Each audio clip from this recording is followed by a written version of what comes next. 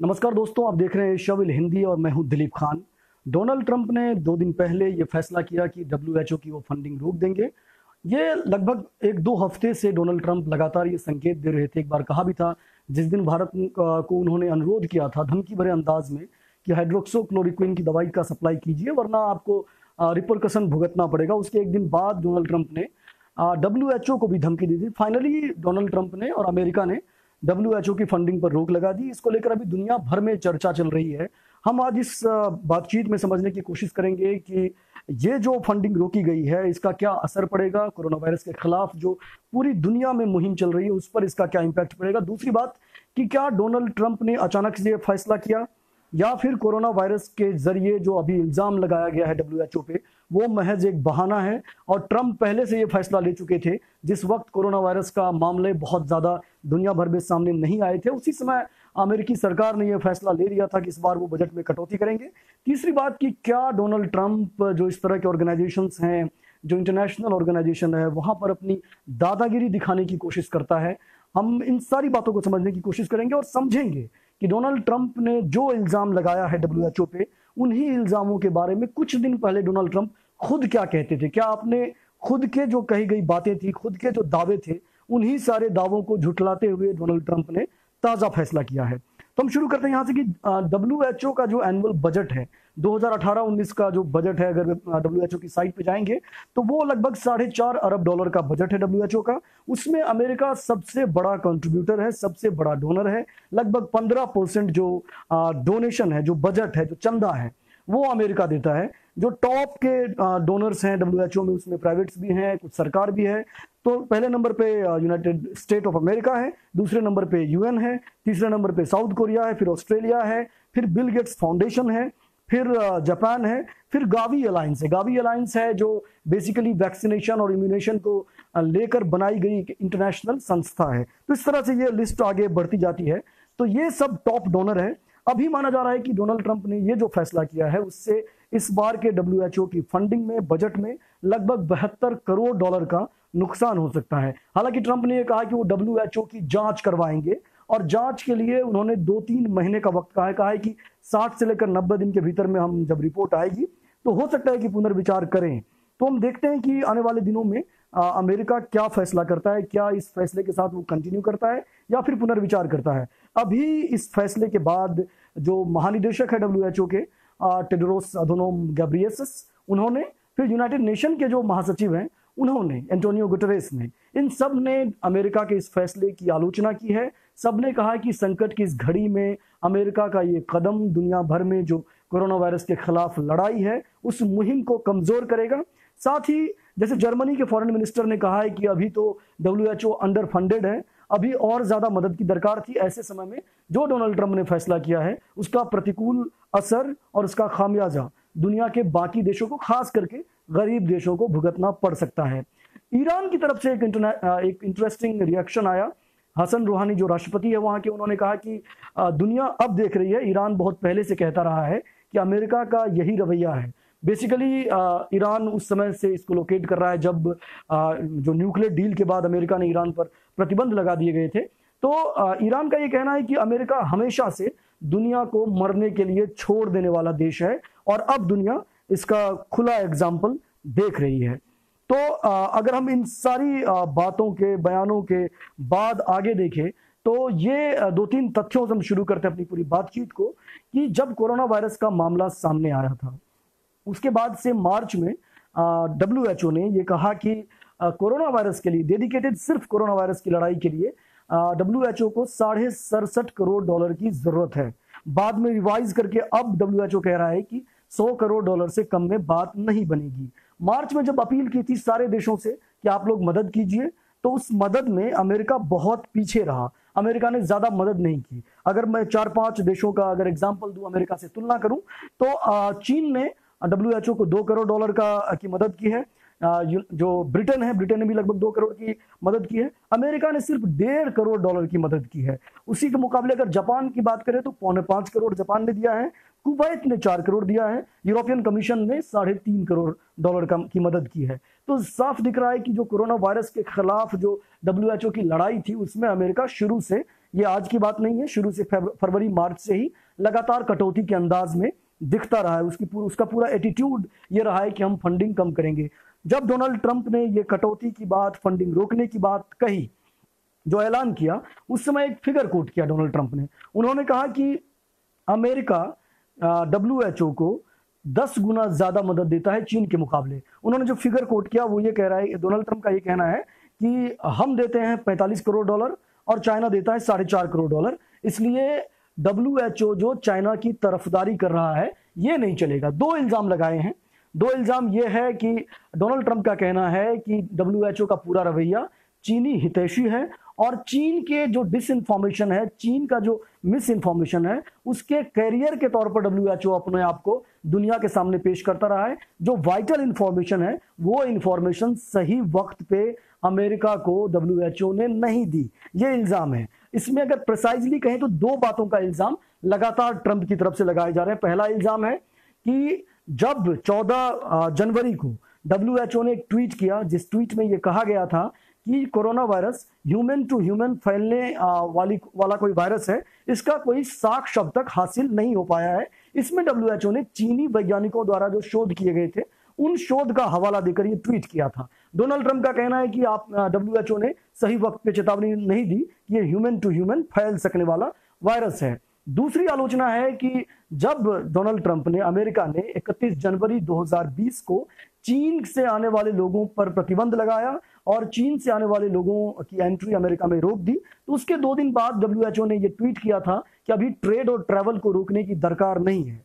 तो अमेरिका का यह कहना है कि WHO मिस इन्फॉर्म कर रहा था, लेकिन क्या वाकई WHO मिस इन्फॉर्म कर रहा था? ये एक इंटरेस्टिंग, इसका अगर हम आप फैक्ट चेक करेंगे तो इंटरेस्टिंग कुछ बातें सामने आएंगी।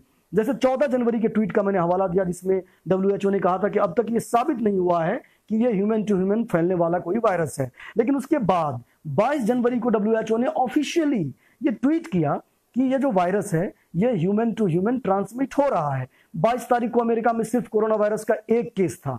उस वक्त डोनाल्ड ट्रंप पूरे इस दावेदारी के साथ पेश आते थे मीडिया के सामने कि कोरोना वायरस अमेरिका के लिए कोई खतरा नहीं है। वो लगातार कह रहे थे कि हम बढ़िया काम कर रहे हैं। जब WHO ने ये चेतावनी दे दी, ऑफिशियली दे दी, तब आप क्यों नहीं सतर्क हुए? नंबर 1। नंबर 2, जब डोनाल्ड ट्रंप ये कह रहे हैं कि 14 जनवरी को WHO ने ये कहा कि ये ह्यूमन टू ह्यूमन फैलने वाला वायरस नहीं है, ये सच है, लेकिन उससे बड़ा सच ये है कि जो वॉशिंगटन पोस्ट के पास एक डॉक्यूमेंट हाथ लगा है, वो डॉक्यूमेंट है 10 जनवरी का, यानी 14 जनवरी से 4 दिन पहले का। वो डॉक्यूमेंट है टेक्निकल गाइडेंस नोट्स नाम का एक डॉक्यूमेंट है, जो WHO ने कई देशों के साथ ऑफिशियली शेयर किया था, लेकिन दुनिया के सामने पब्लिकली ये नहीं कहा था कि ये ह्यूमन टू ह्यूमन ट्रांसमिट हो रहा है। 10 जनवरी को अमेरिका को WHO ने ये कहा कि ये जो वायरस है इसमें पोटेंशियल है कि ये मनुष्य से मनुष्य में संक्रमण हो सकता है, इसका ये फैल सकता है। तो जो ट्रंप 14 तारीख के ट्वीट का हवाला दे रहे हैं, उससे 4 दिन पहले उनके पास ये इंफॉर्मेशन ऑफिशियली WHO की तरफ से आ चुकी थी। अब एक इंपॉर्टेंट एग्जांपल देता हूं। जब 22 को दुनिया के सामने WHO ने कह दिया, तो 25 तारीख को डोनाल्ड ट्रंप ने एक ट्वीट किया है। 25 तारीख को डोनाल्ड ट्रंप ने जो ट्वीट किया वो इंटरेस्टिंग इस लिहाज से है क्योंकि लगातार ट्रंप ये आरोप लगा रहे हैं कि WHO चीन का हितैषी है और चीन जो कह रहा है उसकी सराहना करता है WHO। लगातार वो कह रहे हैं कि जो गैब्रियेसस हैं, जो डायरेक्टर जनरल है WHO के, वो चीन की प्रशंसा करें। क्या डोनाल्ड ट्रंप ने चीन की प्रशंसा नहीं की? 25 तारीख के ट्वीट मैं पढ़ के सुनाता हूं। 25 तारीख के ट्वीट में डोनाल्ड ट्रंप ने कहा है कि चीन बहुत बढ़िया काम कर रहा है। उन्होंने आगे कहा है कि अमेरिका उसके कदम और पारदर्शिता शब्द बहुत इंपॉर्टेंट है। अमेरिका उसके कदम और पारदर्शिता की प्रशंसा करता है। सब बढ़िया होगा, कोरोना वायरस से हम सब जीतेंगे। अमेरिका की तरफ से, सभी अमेरिकियों की तरफ से मैं राष्ट्रपति शुक्रिया अदा करता हूं, उनका मैं शुक्रिया अदा करता हूं। यानी जिस पारदर्शिता का हवाला देकर ये लगातार डोनाल्ड ट्रंप WHO पे हमला कर रहे हैं कि चाइना पारदर्शी भूमिका नहीं निभा रहा था, WHO भी चाइना के दबाव में पारदर्शी नहीं था, उसी पारदर्शिता की डोनाल्ड ट्रंप 25 जनवरी को ही प्रशंसा कर चुके हैं। उसके बाद 26 मार्च को जब डोनाल्ड ट्रंप की शी जिनपिंग से बातचीत हुई है, तो डोनाल्ड ट्रंप ने यह कहा कि चीन फिर से कहा है 2 महीने बाद कि चाइना बहुत बढ़िया काम कर रहा है, शी जिनपिंग जो है बहुत शानदार काम कर रहे हैं, अमेरिका लगातार चाइना के संपर्क में है और हम दोनों मिलकर कोरोना वायरस को हराएंगे। इस तरह का बयान खुद डोनाल्ड ट्रंप लगातार देते रहे हैं। अब मैं आपको दो तीन ऐसे फैक्चुअल जो बातें जो इंपॉर्टेंट है इस डब्ल्यूएचओ के अभी फंडिंग रोके जाने से जुड़ी हुई जो बातें हैं वो इंपॉर्टेंट है। वो इंपॉर्टेंट ये है कि जब 30 जनवरी को जब डब्ल्यूएचओ ने इसको ग्लोबल हेल्थ इमरजेंसी डिक्लेयर किया, ऑफिशियली डिक्लेयर किया, उस समय दुनिया के ज्यादातर देशों में कोरोना वायरस के बहुत ज्यादा मामले सामने नहीं आए थे। डब्ल्यूएचओ पे ट्रंप ये इल्जाम लगा रहे हैं कि आप चाइना सेंट्रिक थे। असल बात यह है कि उस वक्त कोरोना वायरस भी चाइना सेंट्रिक ही था। उसके बावजूद डब्ल्यूएचओ ने उस समय ये कहा कि ये जो वायरस है ये ग्लोबल हेल्थ इमरजेंसी के दायरे में आता है और अगर ये दूसरे देशों में फैला तो हालात विकराल हो सकते हैं। अमेरिका ने कब अपने यहाँ इमरजेंसी डिक्लेयर किया? ये जो हेल्थ इमरजेंसी का डिक्लेरेशन है ये उसके 1.5 महीने बाद मध्य मार्च में, मिड मार्च में जाके डोनाल्ड ट्रंप ने अपने यहाँ इमरजेंसी डिक्लेयर किया। इसका मतलब यह है कि अब जो डब्ल्यूएचओ पे ठीकरा फोड़ा जा रहा है, अब जो डब्ल्यूएचओ को की अकाउंटेबिलिटी अमेरिका फिक्स कर रहा है, उस अकाउंटेबिलिटी में अपनी जो गलतियां थी उसको लगातार ट्रंप ढकने की कोशिश कर रहे हैं। अब मैं आता हूं बैक जाते हैं जब ट्रंप सब कुछ सुचारू तरीके से चल रहा था, डोनाल्ड ट्रंप अपनी सरकार की तरफ से बजट होता है। उस बजट में डोनाल्ड ट्रंप ने क्या कहा है? उस बजट में, ये कोरोना वायरस की फंडिंग रोकने या चाइना पे इल्जाम लगाने या डब्ल्यूएचओ पे इल्जाम लगाने से बहुत पहले की बात है। उस बजट में ट्रंप एडमिनिस्ट्रेशन ने एक प्रपोजल दिया, एक प्रस्ताव पे पास किया। उसमें इन्होंने कहा कि अमेरिकी सरकार ने कहा कि जो ग्लोबल हेल्थ प्रोग्राम है जो अमेरिका चलाता है दुनिया भर में, जो स्वास्थ्य आपदा, महामारी या इस तरह की जो बड़ी बीमारियां हैं उनसे लड़ने के लिए जो अमेरिका का अपना प्रोग्राम है जिनको ग्लोबल हेल्थ प्रोग्राम कहते हैं, उस प्रोग्राम में से अमेरिका 3 बिलियन यानी 3 अरब डॉलर की कटौती करेगा आने वाले दिनों में। तो जाहिर सी बात है कि फरवरी से ही अमेरिका इसकी तैयारी में जुटा हुआ था कि आने वाले दिनों में वो जो उनका इंटरनेशनल एक्सपेंडिचर है हेल्थ को लेकर उस पर कटौती करने वाला है। तो अभी जो अब डब्ल्यूएचओ के बहाने से, चाइना के बहाने से कोरोना वायरस फंड में अभी जो डब्ल्यूएचओ की पूरी फंडिंग रोकने की का ऐलान किया है, उसकी जो पृष्ठभूमि है, उसकी जो बुनियाद है, वो फरवरी के बजट में ही दिख जाती है, साफ तौर पे दिख जाती है। जिस समय डोनाल्ड ट्रंप ने ये बजट में ये प्रस्ताव पास किया था, पारित किया था अपने संसद में, उस समय का मैं एक एग्जांपल देता हूं। उस समय दुनिया भर में क्या हालात थे, फरवरी की बात है, अमेरिका में भी कोरोना वायरस के केस सामने आ चुके थे। उस समय दुनिया के 26 देशों में, लगभग 26 देशों में, चाइना में ज्यादा, बाकी देशों में छिटपुट तरीके से कोरोना के संक्रमण के मामले सामने आने लगे थे। 45,171 मामले सामने आ चुके थे, 1,115 लोगों की मौत हो चुकी थी। उसके बावजूद अमेरिकी सरकार ने, डोनाल्ड ट्रंप सरकार ने यह फैसला किया कि जो ग्लोबल हेल्थ प्रोग्राम है उसमें हम 3 अरब डॉलर की कटौती करेंगे। तो साफ है कि यह जो फैसला है, इस फैसले की बुनियाद पहले अमेरिका रख चुका था और अमेरिकी सरकार जो है वो सरकार इससे पहले अगर आप देखें तो इन सारी बातों को लेकर तैयारी शुरू कर चुकी थी अमेरिकी सरकार। और मामला सिर्फ यहां तक नहीं है। अगर मैं एक और एग्जांपल दूं कि अमेरिकी सरकार में इससे पहले के जो महत्वपूर्ण जो कानून है, जो महत्वपूर्ण प्रस्ताव है, वो प्रस्ताव क्या है। जैसे मैं एक एग्जांपल देता हूं कि आज से जॉर्ज डब्ल्यू बुश के जमाने में यह फैसला लिया गया कि अगर दुनिया भर में या अमेरिका स्पेशली अपने बारे में सोच रहा था कि अगर कोई महामारी का दौर आया तो महामारी से निपटने के लिए क्या किया जाएगा। इसके लिए जो प्रपोजल सरकार ने पास किया, वो प्रपोजल बाद में बराक ओबामा के कार्यकाल में भी कंटिन्यू रहा और डोनाल्ड ट्रंप के कार्यकाल में भी कंटिन्यू रहा। 2017 में यानी 16 में डोनाल्ड ट्रंप की सरकार बनी है और उसके बाद जब 2017 में अमेरिकी सरकार ने एक प्रस्ताव पास किया, वो प्रस्ताव था, उस प्रस्ताव में अगर 5वें बिंदु की तरफ जाएंगे आप तो 5वें बिंदु में ये कहा गया है कि जब भी इस तरह की महामारी का दौर आएगा, अमेरिका न सिर्फ अपने सिटीजन के लिए बल्कि दुनिया के जो और भी देश हैं उनकी मदद के लिए डब्ल्यूएचओ की फंडिंग को और ज्यादा बढ़ाएगा। ये 3 साल पहले खुद डोनाल्ड ट्रंप का वादा था। डोनाल्ड ट्रंप ने दुनिया भर के सामने जब ये कानून पास किया था, ये प्रस्ताव पास किया था, तो प्रशंसा बटोरी थी डोनाल्ड ट्रंप ने और उस समय ये वादा किया था कि जब भी पेंडेमिक का, एपिडेमिक का के हालात बनेंगे तो अमेरिका ऐसे हालात में जो विश्व स्वास्थ्य संगठन है, जो नोडल एजेंसी है बेसिकली दुनिया भर में महामारी को लेकर या फिर जो इस तरह की बड़ी बीमारियां हैं उन चुनौतियों से पार पाने को लेकर, वैक्सीनेशन को लेकर और भी जो कई तरह के काम डब्ल्यूएचओ को सौंपे गए हैं, उन काम में अमेरिका डब्ल्यूएचओ की मदद करेगा। अलबत्ता फंड काटेगा नहीं या फिर मेंटेन नहीं रखेगा, बढ़ाएगा। तो वो अपने ही प्रस्ताव को डोनाल्ड ट्रंप 3 साल के बाद के बजट में खारिज कर चुके हैं। और उसके बाद अब चाइना का बहाना लेकर अब डब्ल्यूएचओ की फंडिंग को उन्होंने पाबंदी लगा दी है। अब ये है कि अब सवाल ये उठता है कि अगर ये फंडिंग रोक दी गई है, इसके बाद जो कोरोना वायरस के खिलाफ डब्ल्यूएचओ की जो लड़ाई है उस पर दुनिया भर में क्या इम्पैक्ट पड़ेगा। मसलन डब्ल्यूएचओ के ढांचे को लेकर जो बार बार सवाल उठते रहे, या यूनाइटेड नेशन की किसी भी जो ऑर्गेनाइजेशन है, जो अनुषांगिक संगठन है, चाहे वो यूनेस्को हो, चाहे वो यूएनएचआरसी हो, चाहे वो जो बाकी कई सारे संगठन है, डब्ल्यूएचओ हो, वर्ल्ड बैंक हो, इस तरह के संगठन में हमेशा यह आरोप लगता रहा है कि अमेरिका अपने हिसाब से जब तक पॉलिसी चलती है तब तक अमेरिका को ये सारे संगठन बहुत डेमोक्रेटिक लगता है। अमेरिका इन संगठनों को पुश करता रहता है। जहां भी लगता है कि खुद गिर रहे हैं, जहां भी लगता है कि खुद के इंटरेस्ट के साथ कोई भी क्लैश हो रहा है या नहीं हो रहा है क्लैश, तब इन संगठनों के खिलाफ अमेरिकी सरकार, चाहे वो सरकार किसी की हो, बैकलैश करती हुई नजर आती है। अभी जो डोनाल्ड ट्रंप ने ये ताजा फैसला किया है, इस फैसले की वजह तो मैंने 2-3 गिनाई, एक वजह और इंपॉर्टेंट है।